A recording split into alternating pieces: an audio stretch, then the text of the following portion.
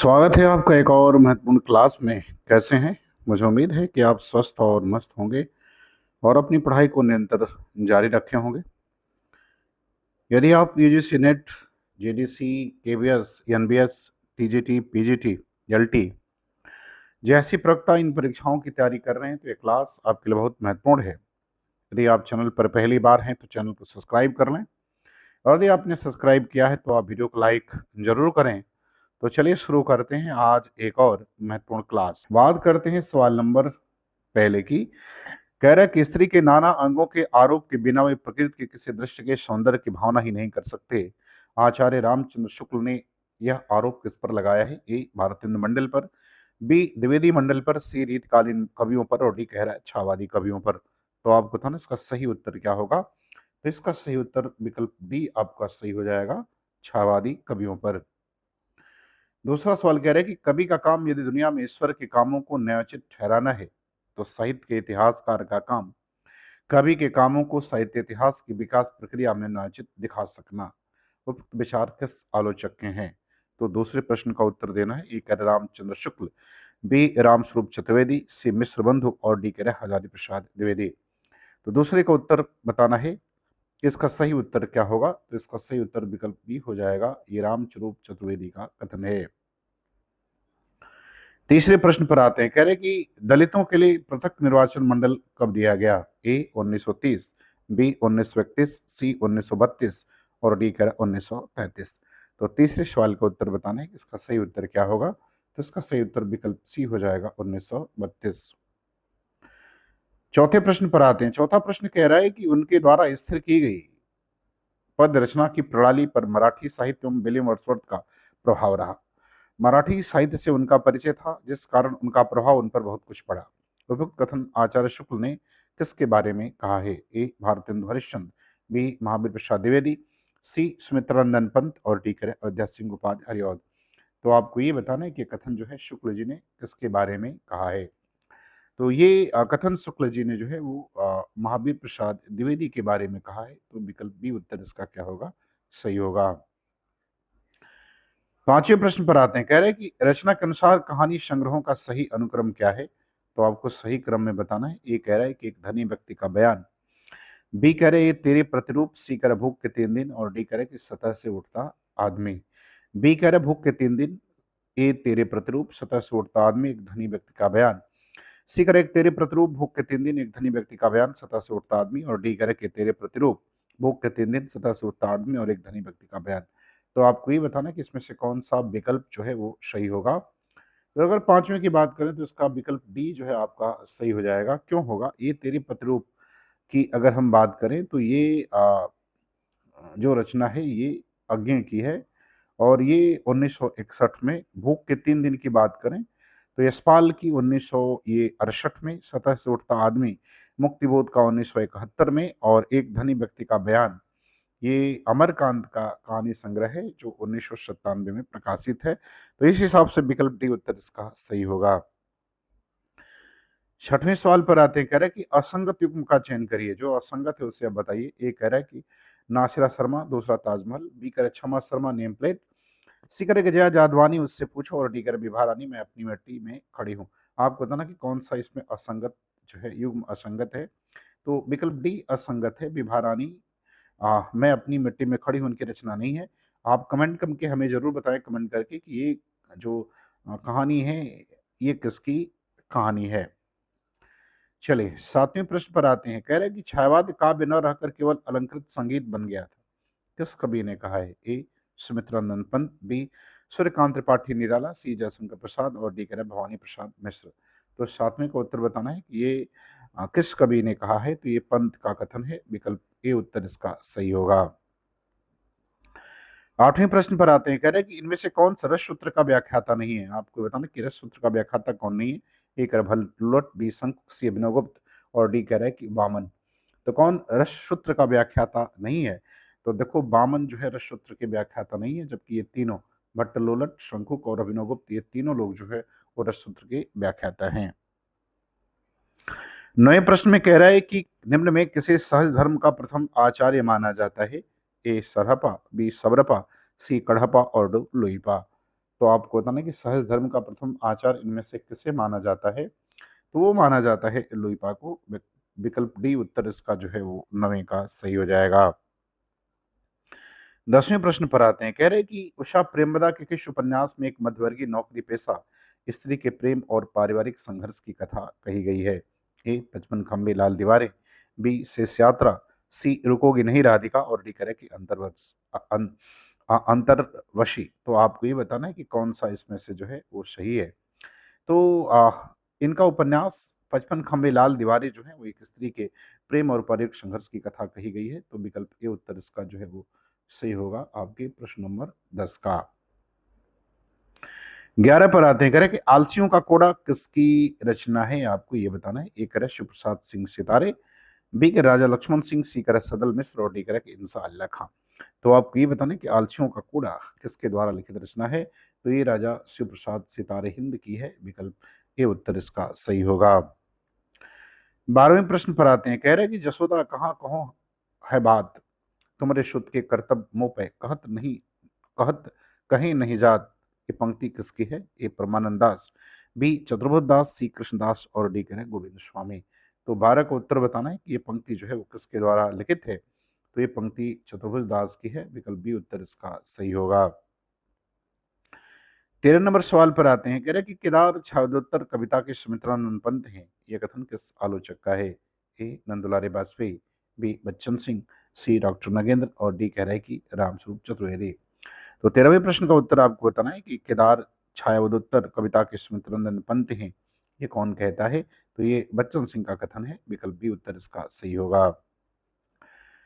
14वां प्रश्न पर आते हैं। कह रहे हैं कि मुक्तिबोध कविता और जीवन विवेक नामक आलोचनात्मक पुस्तक किसने लिखी है? ए अरुण कमल, बी राजेश जोशी, सी चंद्रकांत देवताले और डी करेक्ट विनोद कुमार शुक्ल।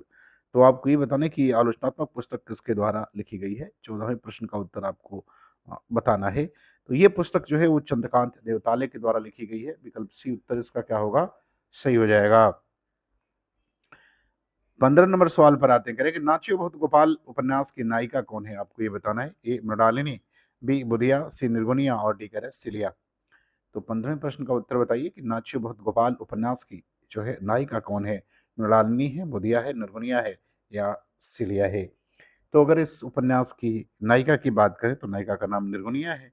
विकल्प सी उत्तर इसका सही हो जाएगा। कमेंट करके हमें बताएं उपन्यास किसके द्वारा लिखित है। 16 नंबर सवाल में कह रहे हैं कि राइटिंग एंड डिफरेंस पुस्तक किस आलोचक की है? आपको बताना है कि राइटिंग एंड डिफरेंस ये पुस्तक किस आलोचक की है? एक Virginia Woolf, B Michel Foucault, C करे जॉक दरिदा और डी करे सिमोन de बुआर। तो आपको बताना है कि ये पुस्तक जो है आलोचनात्मक है, लेकिन ये किसके द्वारा लिखी गई है आपको ये बताना है। तो ये पुस्तक जो है जॉक दरिदा के द्वारा लिखी गई है, जिन्हें विखंडनवाद का जन्मदाता माना जाता है। 17 नंबर सवाल पर आते हैं। 17 नंबर सवाल कह रहा है कि वह गधा भंगी भंडिति किसका सूत्र है? ए भोजराज, बी कुंतक, सी पंडित जगन्नाथ और डी कह रहा है कि विश्वनाथ। तो आपको बताना है कि ये सूत्र जो है किसके द्वारा दिया गया है? भोजराज के द्वारा, कुंतक के द्वारा, पंडित राज जगन्नाथ या विश्वनाथ के द्वारा। तो यदि सूत्र की बात करें तो ये सूत्र कुंतक के द्वारा दिया गया है। विकल्प बी उत्तर इसका सही होगा। 18 नंबर सवाल पर आते हैं। कह रहे हैं कि महादेव वर्मा का कौन सा काव्य संग्रह है जिसमें उन्होंने दार्शनिक विचार अधिक प्रौढ़ दिखाई देते हैं? आपको ये बताना है कि महादेवी जी का वो कौन सा काव्य संग्रह है जिसमें उनके दार्शनिक विचार सबसे अधिक प्रौढ़ दिखाई पड़ते हैं? ए निहार, बी नीरजा, सी रश्मि और डी सांदगीत। तो 18वें प्रश्न का उत्तर आपको बताना है। तो ये पुस्तक उनकी सांदगीत है, जिसमें उनके जो दार्शनिक विचार है वो हमें प्रौढ़ रूप से दिखाई देते हैं। 19वें सवाल पर आते हैं। कह रहा है कि ये रसस्य हगिनः ये पंक्ति किसके द्वारा लिखी गई है? आपको ये बताना है। रस के संदर्भ में ये पंक्ति बताई लिखी गई है जगन्नाथ, मम्मट, विश्वनाथ या महिम भट्ट। तो आपको ये बताना है कि रस के संदर्भ में ये पंक्ति किसके द्वारा लिखित है? जगन्नाथ के द्वारा, मम्मट या विश्वनाथ या महिम भट्ट के द्वारा। तो ये पंक्ति जो है वो मम्मट के द्वारा लिखित है। विकल्प बी उत्तर इसका सही होगा। 20वें सवाल पर आते हैं। कह रहा है कि आगे बढ़ने से पहले एक बात अच्छी तरह स्पष्ट कर देना चाहती हूँ कि मेरी आत्मकथा कतई नहीं है। उक्त कथन किस लेखिका द्वारा अपनी रचना के संबंध में है? ए रमणिका गुप्ता, बी मन्नू भंडारी, सी शिवरानी देवी और डी कह रहे कि महादेवी वर्मा। तो 20वें प्रश्न का उत्तर बताना है कि किस लेखिका ने अपनी रचना के संबंध में कहा है? तो ये मन्नू भंडारी ने कहा है। विकल्प बी उत्तर जो है इसका सही होगा। 21 नंबर सवाल पर आते हैं। कह रहा है कि एकांकी में जीवन या समाज के एक ही खंड या घटना का प्रभावशाली ढंग से अंकन होता है। ये कथन किसका है? ए राम कुमार वर्मा, बी सेठ गोविंद दास, सी वासुदेव सिंह और डी सदगुरु शरण अवस्थी। तो आपको बताना है कि एकांकी के संदर्भ में ये कथन किसके द्वारा कहा गया है? तो ये वासुदेव सिंह का कथन है। विकल्प सी उत्तर इसका सही होगा। 22वें प्रश्न पर आते हैं। कह रहे कि आलावार संतों के पद्यों का संकलन जो है वो किसने किया था? ए नाथमुनि, बी रंगनाथ मुनि, सी सटकोप और डी योग बिहार ने। तो आलावार संतों के जो पद्य थे उनका संकलन किसने किया? ये आपको बताना है।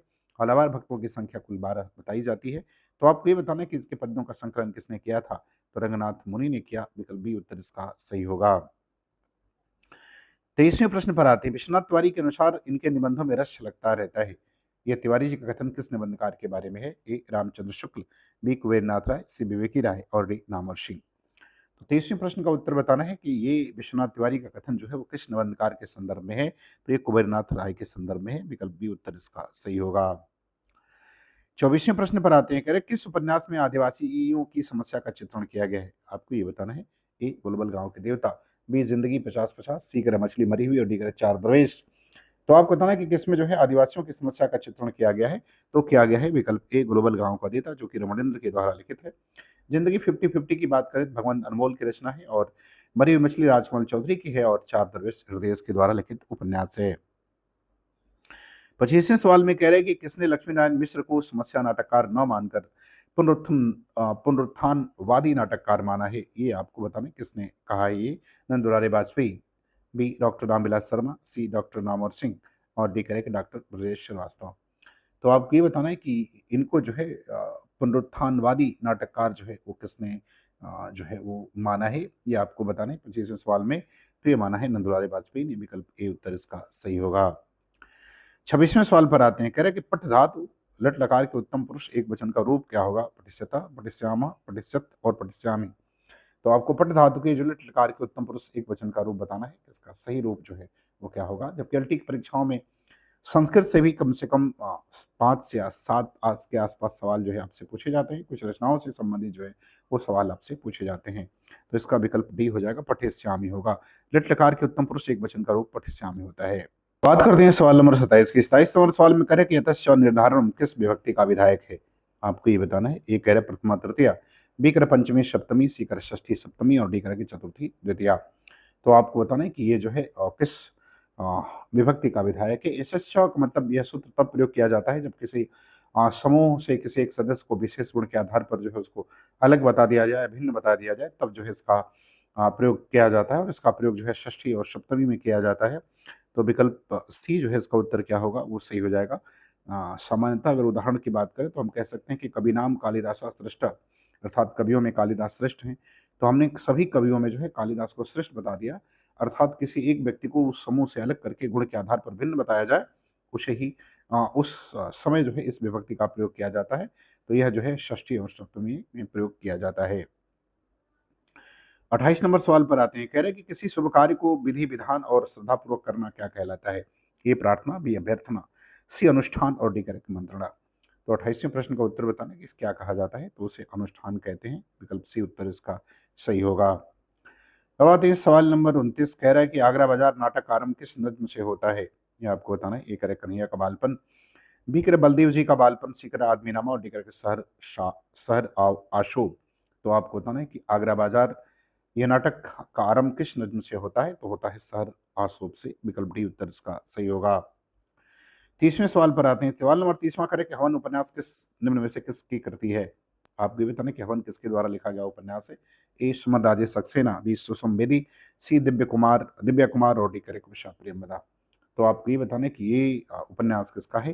तो ये उपन्यास सुषम बेदी का है। विकल्प बी उत्तर इसका क्या होगा? वो सही हो जाएगा। तो मुझे उम्मीद है कि ये वीडियो आपको पसंद आएगी, अच्छा लगे तो आप चैनल को सब्सक्राइब जरूर करें। पूरा वीडियो देखने के लिए आपका बहुत बहुत धन्यवाद।